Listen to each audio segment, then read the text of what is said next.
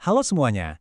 Belakangan ini, status pegawai pemerintah dengan perjanjian kerja atau PPPK paruh waktu lagi jadi omongan di mana-mana. Banyak banget yang berharap kalau ini tuh tiket emas menuju karir sebagai aparatur sipil negara penuh waktu. Tapi bener nggak sih ini jalan tol tanpa hambatan? Yuk kita kupas tuntas faktanya. Nah, ini kan pertanyaan utamanya.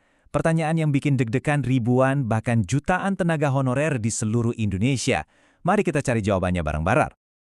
Ya wajar banget sih kalau banyak yang optimis. Coba bayangin, setelah bertahun-tahun statusnya nggak jelas sebagai tenaga honorer, skema PPPK paruh waktu ini rasanya kayak angin segar kan? Kayak ada janji masa depan yang lebih pasti dan aman. Nah, disinilah kita perlu jeda sebentar.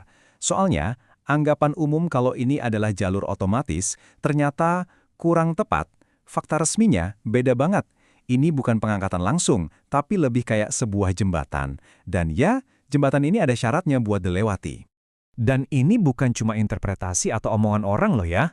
Ini pernyataan langsung dari Badan Kepegawaian Negara alias BKN, lembaga yang berwenang soal ini. Kata kuncinya cuma satu dan jelas banget, sementara. Satu kata ini, wah, ini mengubah semua cara kita memandang skema ini. Jadi apa sih maksudnya langkah transisi ini? Gampangnya gini deh, ini adalah cara pemerintah untuk merapikan rumahnya. Tujuannya, di tahun 2025 nanti nggak ada lagi tuh status yang abu-abu. Semua tenaga honorer harus sudah terdata secara resmi sebagai PPPK. Terus, kenapa ini penting banget? Karena jujur aja, status honorer selama ini kan gantung ya, nggak jelas. Kebijakan ini adalah cara pemerintah untuk memberikan payung hukum yang jelas buat setiap orang yang sudah mengabdi. Ini bukan cuma soal administrasi, tapi perubahan mendasar dalam manajemen SDM pemerintah. Oke, semua proses penataan ini, semua persiapan ini, semuanya mengarah ke 1 tahun yang sangat krusial. Tolong diingat baik-baik tahun ini, 2026. Ini bukan sekedar angka, ini adalah tahun penentuannya. Betul, tahun 2026 itu bakal jadi fase penentuan nasib bagi seluruh PPPK paruh waktu. Jadi setelah proses pendataan selesai di 2025, pemerintah akan melakukan evaluasi besar-besaran untuk menentukan siapa yang bisa melaju ke tahap selanjutnya.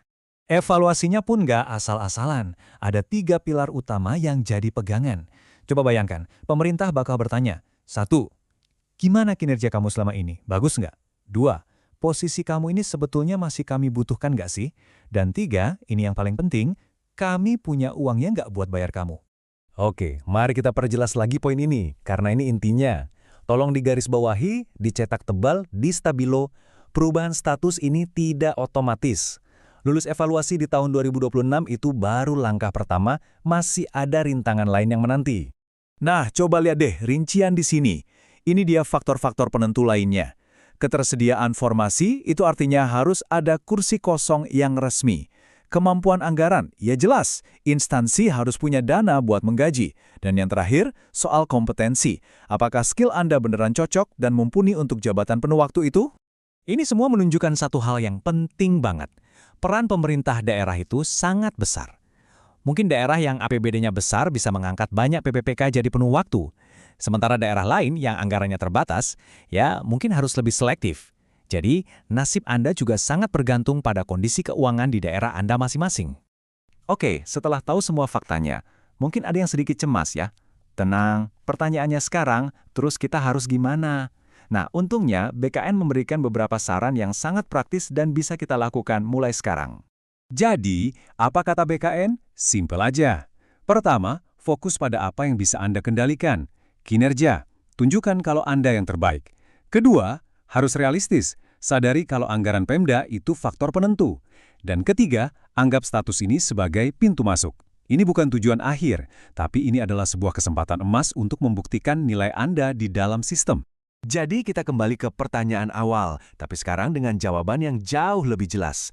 Tahun 2026 itu bukan garis finish yang otomatis dilewati, melainkan sebuah gerbang seleksi yang ketat. Jadi, apakah ini akhir dari penantian atau justru awal dari sebuah tantangan baru? Jawabannya ada di tangan Anda, kinerja Anda, dan kesiapan Anda menghadapi evaluasi terbesar dalam karir Anda.